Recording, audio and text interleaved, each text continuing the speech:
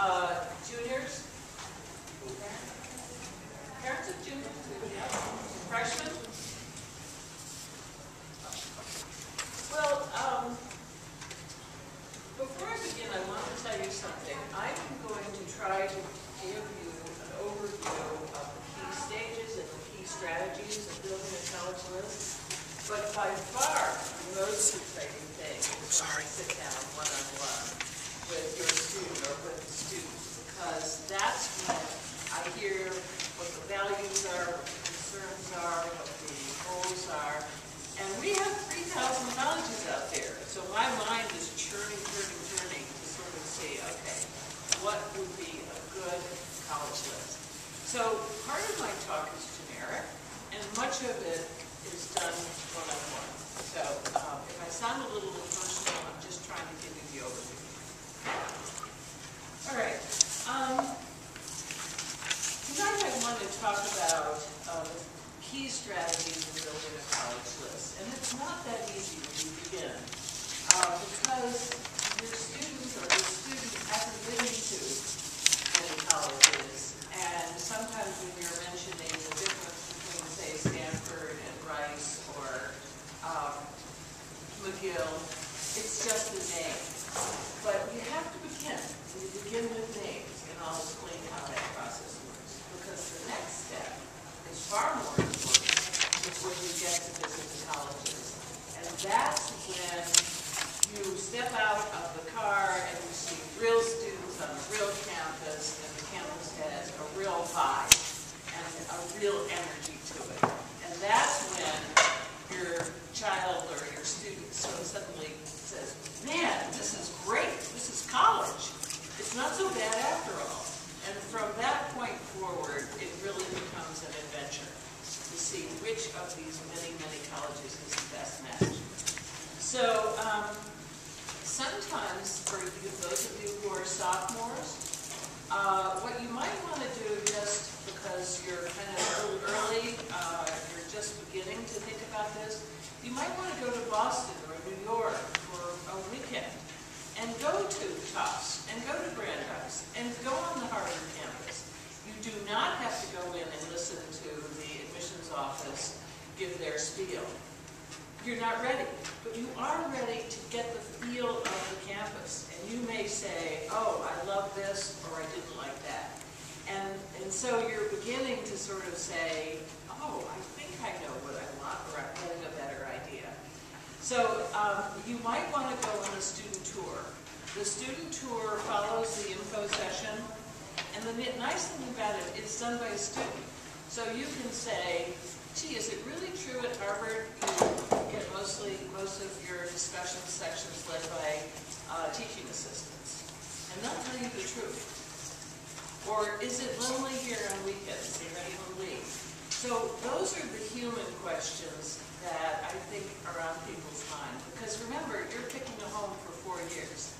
And you want to make sure that it's the home you want. Okay. For juniors, this is the midpoint in the junior year, where you usually sit with your college counselor or an independent counselor to say, these are my academic interests, this is what I think I want. I think I want to be in the Northeast, I think I want to be at a big university, I think I want to go into the humanities. Or maybe it's math and science. It's not important that you come to that meeting with a clear-cut, I am going to major in political science, because guess what? You probably haven't even had a class in political science, and you may change your major 3 times. But even though you don't know exactly what you want, you know that you're someone who's math science, probably, or someone who has a strong interest in medicine. And that's really how you begin. It's all very tentative. So when I sit down with people for this first session, we do an awful lot of discussion. What were your favorite courses? How do you like to spend your free time? What 5 adjectives best describe you? And all the time, I'm just churning, thinking, oh, this would be a great candidate for a school like Washington University in St. Louis, or Amherst College, or whatever it is. So after that meeting, and your parents usually come too, I say, okay, I think we've talked enough. Are you ready to build your college list? Are you ready for me to give you approximately 8 to 10, 10 to 12 colleges where you can, that I think are good matches? Now, what I say in the preliminary college list is called educated guesswork, because that person hasn't even been to a college campus, that student. But, you know, after you go to a college campus, you could come away saying, oh my God, I just felt claustrophobic there. It was way too small. Or, I love the fact that, you know, I'm one of 7,000 kids. I don't want people looking down over my shoulder. So, you know, what happens after that building of the preliminary list, and I'll talk more about it, is parents, you've got to make sure you get out on the road. That's the single most important thing you can do. Get to see those colleges. You're not ready for the interview, you're just getting a sense of the college. When you call up to find out about, you know, what time they are offering their, you know, tour and their info section, if you say, could we visit a class? Could my daughter visit a history class? That's the time to do it, okay? You may not be ready, but you know, making that connection to the campus is huge. And what I've done is in the back there, I've done an analysis of what kinds of things you should look for on campus. You know, dorms are huge, because that's where you're going to spend most of your time, and you want to have places to talk, to study, to listen to music, just to get to know the people on your suite. And if your dorms are like little prison cells, that's not good. So there are things I've put a whole lot of things to look at: health services, academic services. You know, do you need tutors? You know, what kind of support is there within the dorm itself, like a residential assistant? Now, what I'm really talking about are two things. Parents, I want you to be aware of the resources on that campus and how well kids are being taken care of, because you are letting go of your child. And you want to make sure when your child's in help, it needs help, it's there. And students, what I'm saying is just see if it feels good. You know, you'll know right away. And guess what? If you get to a campus and you don't like it, are you going to go to the info section? No. Just keep going to your next college, because this is all about you.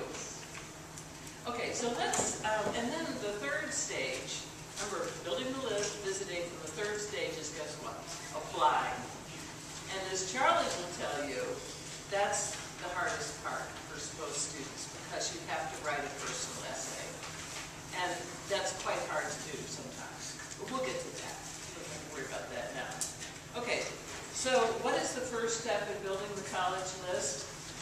I think it's simply saying, I don't know how I want to direct my life, but I want to be able to think well. I want to go to a small liberal arts college where I can be taught, you know, the questions to ask. Or you might say, no, I know I'm really good in math and science, and I want engineering.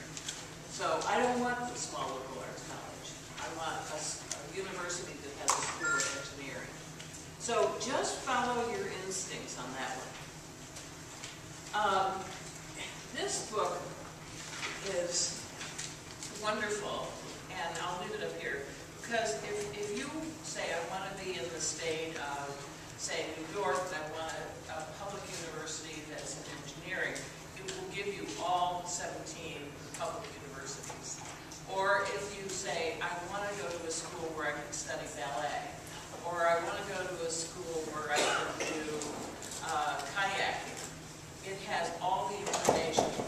Now, the FISC guide, on the other hand, says, let's don't talk about all these thousands of schools, let's talk about specific schools. What kind of grades you have to get in, test scores, what are the traditions of the school, how do the kids dress, what are the strongest programs,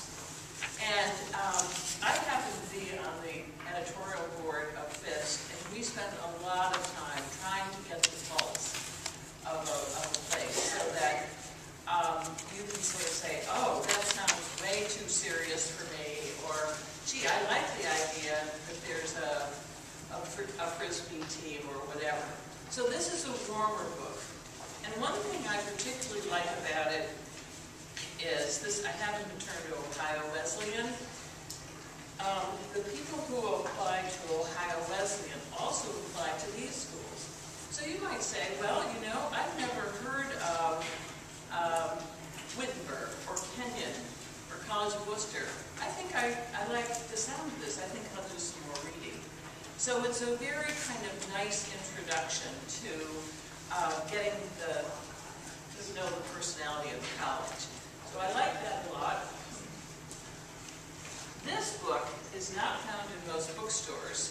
It's called The Ruggs Recommendation. So if a kid comes to me and says, a student I mean, I'm pretty sure I want to major in sociology. These are the strongest majors. It goes from group 1, group 2, and group 3. So if your student says, I think I really like sociology or political science or physics, well, I'm not going to know all the 100 best schools in physics. So I go here, and then I know which schools have the best reputation. So you can get this through Amazon, and I think it's a wonderful, wonderful resource, just to kind of get yourself going. Okay, so one of the biggest decisions that you need to make as a student is, do I like the 4-story college? A college is only 4 stories. It's like a 4-story house. No graduate students. Do I like the idea that from day one I'll be taught by professors who are there because they like teaching? Do I want the idea of going to a professor's house for dinner? Do I like the idea that all the labs and the sciences are taught by full professors, not graduate students?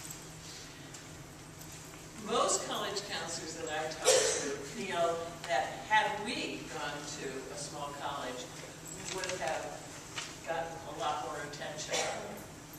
I happen to have gone to Stanford University, and I am convinced that at the end of my sophomore year, if I had dropped into a manhole, no one would have found me. No one. But things kind of really did improve in my last 2 years, but it was a very big transition. But I think that's really what you feel about a big college. I had really, really brilliant professors, but they wouldn't have looked at me as a freshman or sophomore. But by the time I was sort of taking shape, they were interested in me, and I went to their office hours. And so the higher up I got, the better it got. So there's no right or wrong. But you know, like a place like Stanford and Harvard and all these big places, they're like a high-rise building. You have your 4 undergraduate years, then you have master's and PhD programs, then you have schools of law, medicine, nursing, business, and then you have research centers. So your professor is really dealing with all the different levels, but can't give you the kind of attention you get at a college. And it's very interesting. People like Charlie, for example, and by the way, he's very smart, has a very strong interest in linguistics because he reads all the time and he just loves learning. Well, going to a small liberal arts college, they might not have linguistics. So when we were doing his search, his preliminary college list, you know, he did it. He was looking at schools, both state schools, private schools, universities, Ivies, that had linguistics. So he had a very eclectic list, and still does, and he can talk to you more about that.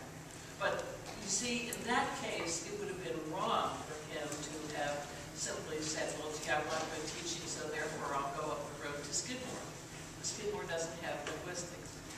And what you're going to find at big universities like Yale and Harvard and public Ivies like University of North Carolina and Chapel Hill or UVA is that they have amazing majors, huge. And some of them are much more vocational, like communications, journalism. So that's another way to sort of begin to see what your whether you want to go this way or this way. And one of the things you might want to do is say, go to Vassar College, sophomores, and see what it's like. It's a college, but it's very dynamic. Or go to NYU or Yale, and that'll seem like a big city to you. And then according to my friend Jeremy, who's there, a lot of their extracurricular activities begin at 1 o'clock in the morning because people sleep late and they're up all night. So, you know, it's a different world. Anyway, you can get a feel, though, very early on just by going and visiting. Okay? Okay. Remember, the best college is simply the best college for you. And the best learning environment is the one that's best for you. If you like a lot of discussion-based seminars and so forth, you're going to get that right off the bat at a small college. Okay? Okay. What about cost? Well, we hear these huge numbers coming at us that an Ivy League school costs $50,000 a year. $50,000 a year, that's a lot of money. But remember that they also have huge endowments. And so if you want to apply for financial aid and the federal methodology shows that you're going to need $40,000 a year for an Ivy League school, you'll get it. So that's not always the case with smaller colleges. But smaller colleges very often have extraordinary scholarships. And this is a little book that will show you all of the different scholarships by colleges and universities at every state. So it's on your books to read. It's called the A's and B's of Academic Scholarship, and it is a gold mine.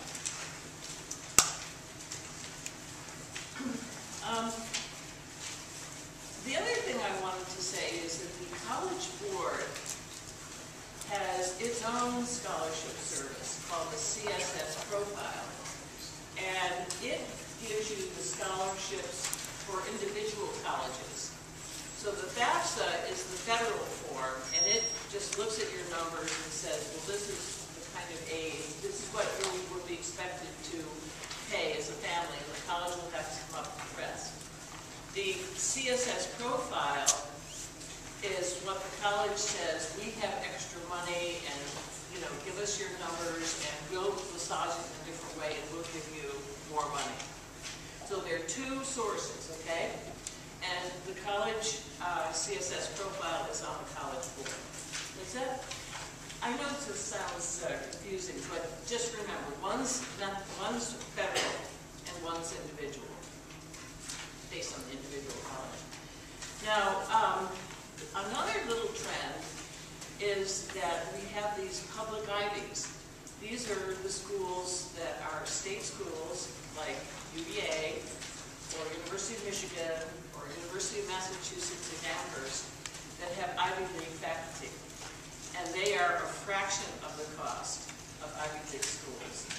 And they often have honors colleges. So if you're really smart, you can get accepted to a public Ivy, and then you will go into an honors college for your first 2 years, or you'll be taught in small classes with full professors, and you'll live in kind of a dorm. So it's kind of like incorporating the college model within a public Ivy or a state school. And there's a new book out. In fact, Charlie pointed it out. It's called A Review of 50 Public University Honors Program. It was published last July by John Willingham. So if you want quality at low cost, this is an avenue you should explore. Okay.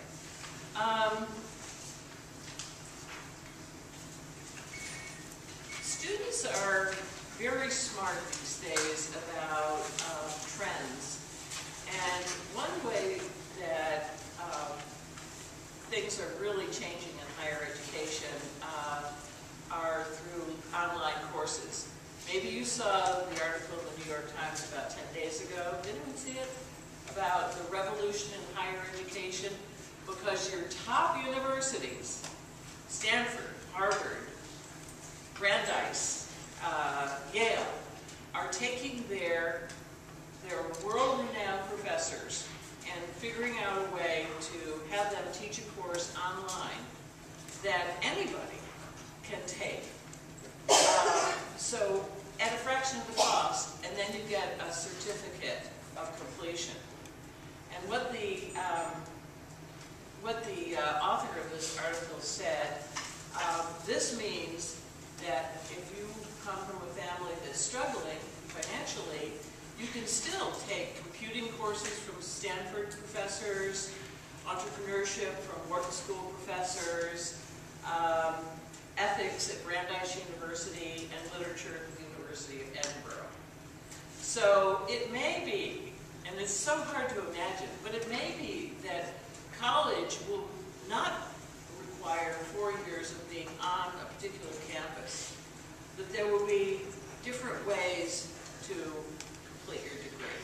Some off-campus learning as well as on-campus learning. The author concludes, online courses will change teaching, learning, and the pathway to employment. Okay, now at sophomores, just as a little aside, you might want to take some online courses over the summer. You can work at your own pace. It's a way of demonstrating your intellectual vitality, and it just sets you apart. And I know that Charlie has done quite a bit of this, and I think it could be fun. I'm not trying to say do it if you really don't like learning, but if you like learning, they have good courses, and this is a new trend. Okay? All right. In preparing the college list, how do students determine if they meet the academic criteria of the college? Okay, here's a very quick way to do it. When you go to a website or you go to a college campus, ask for the academic profile of the incoming class. The college has this done, and they will give you the middle 50% of what their incoming students got on the SATs, the ACTs, the SAT2s. They'll do the median for the APs, and they'll do class rank.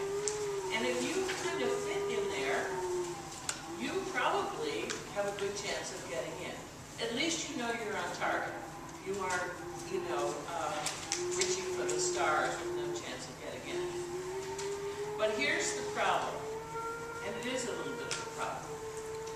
About 70% of the people who apply, who are encouraged to apply to top colleges, have the numbers. 70%. So then, how do you take 30,000 applicants and decide which 2,000 you're going to accept? And that's why you count. It's not just about numbers. That's a first step.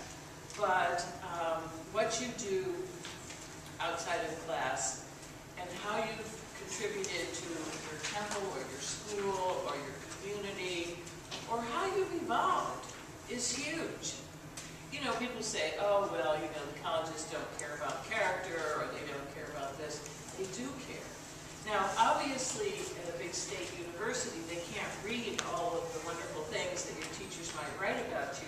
But at the smaller colleges and universities, this is how they pick their class. They may love you because you have a beautiful voice, and you joined your choir, and you sing in an a cappella group. So, let all of that shine through.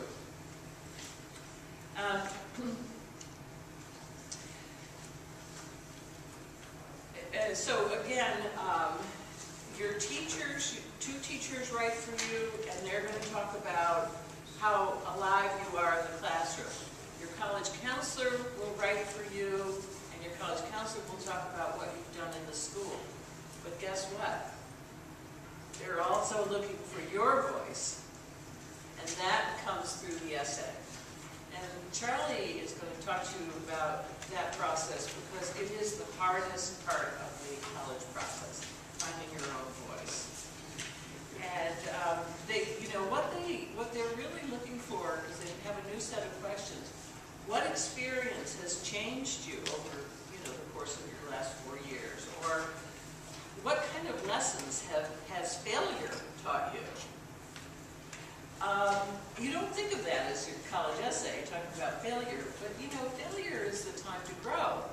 because you didn't do something that you wanted to achieve? Or what is your personal story? What should we know about you? So, you know, this is something you can't do the night before the essay is due. And parents, you know, I know that you love reading these essays and saying, oh, I would do this, oh, that's got to be beefed up, oh, you haven't bragged enough about yourself. I think you have to be really careful because you've got to let that voice be authentic.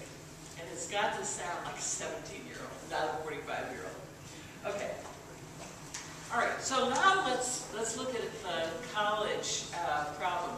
You've got so many kids who are so good, and they've done so many things, and they've got such good grades. How does the college decide who really is the best candidate to bring in? It's tough. It's really tough. You'd like to bring them all in. But here's the key.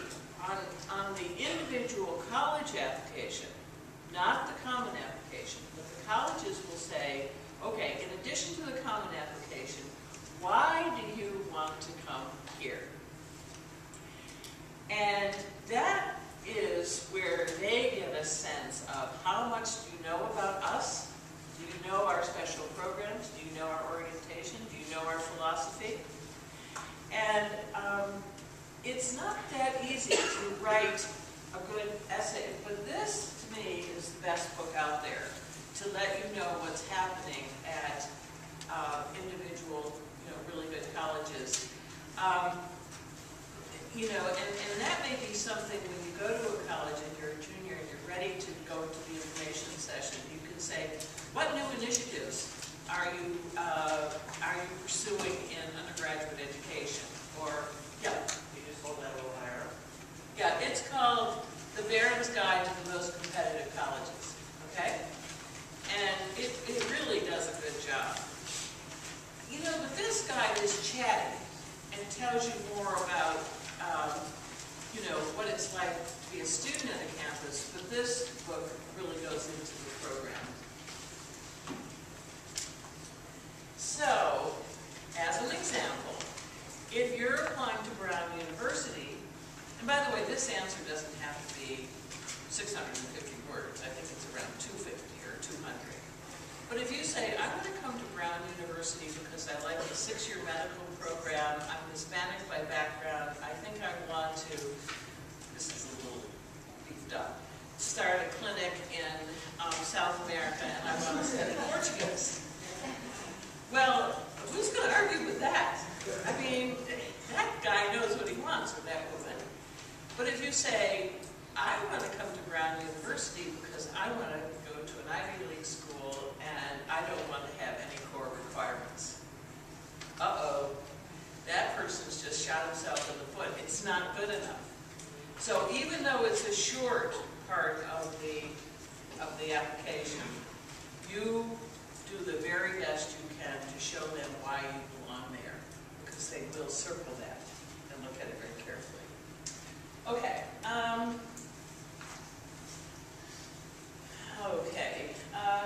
How do you build a college list that has the best programs for you, but also assures college acceptances?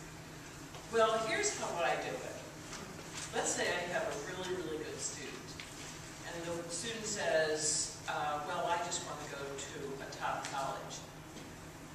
And then starts rattling off Ivies. And I have to sort of pull down, or her down, and say, look, getting into an Ivy League school is a gift, not a given. There's so many talented people, and many Ivy League schools are looking for how to create greater levels of economic and ethnic diversity. And they're going to go after the kid that needs a helping hand, not necessarily the one who's achieved at the highest level.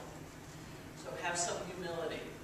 It's not that I'm saying don't apply, but I almost always put those in the reach group, because no one can say, oh, I can get you into X, Y, and Z, because the colleges can do whatever they want.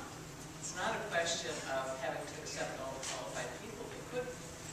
So if they want to accept a Native American who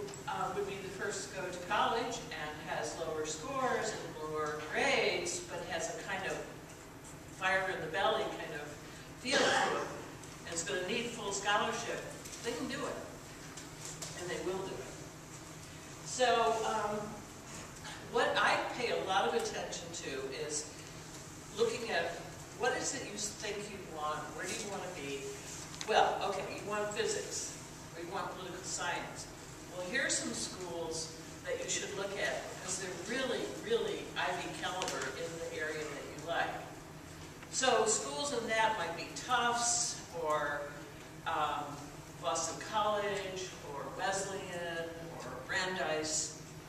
And then, depending on what, I mean, the list will vary according to the student. Every student is different. So that's why I love it, because I never just come out with the same answer for everybody, because no two people are alike. Then, of course, the backup schools, you say, okay, this is in the Northeast, this is strong in political science, like you say, and this, I think, would have what you want, and you've got to make sure you have good options. Now, I never put out something on the backup that a student really doesn't want to go to. If they say, oh, I went to BU and I couldn't stand it, it's way too big, I say, all right, it's off the list. But then it's up to me to make sure I've protected the student with another good backup. So, you know, what's going to happen is over time, so the student's going to say, you know, I thought I wanted urban, but now I'm thinking maybe Carleton's better, maybe Middlebury's better. And so the list can just change and evolve, and it's very exciting to see this, because pretty soon then the student's doing all the talking. And I know, man, we're on the right page. So, parents, you've done a wonderful job in raising your children. And it's hard being a parent today, but now you're going to have to prepare for something even harder, which is letting go. And I am convinced that the best role you can play, well, there are probably two really wonderful things you can do. One is to let your student be at the center. And listen, listen, listen, listen. Because things that were good for us, and you know I'm older than you, aren't necessarily good for our children. There's a new generation, there are new buzzwords, sustainability, a lot of interest in Chinese studies, Mandarin, Arabic. These weren't the buzzwords when I was growing up, but they are now. And when you send your child out to college, you're letting your child begin that first step to sort of determining a career path. And there's so much that's changed. You just have to be a good listener, and if someone says, oh, I think you should have a college on your list and you've never heard of it, read about it. Learn. Parents, the other thing is that, in my view, and this is expensive, but getting your child to a college campus